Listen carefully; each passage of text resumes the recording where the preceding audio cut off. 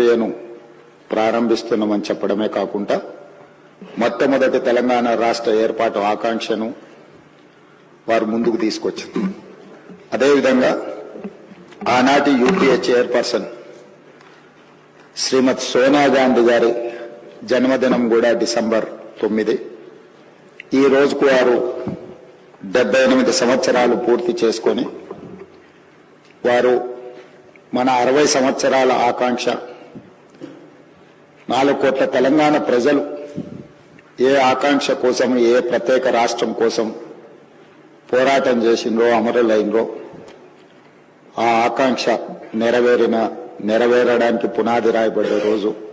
అందుకే ఈరోజు ఈ శాసనసభ ద్వారా తమరి అనుమతితో శ్రీమతి సోనియా గాంధీ గారికి జన్మదిన శుభాకాంక్షలు ఈ సభ ద్వారా తెలియజేయడము మన యొక్క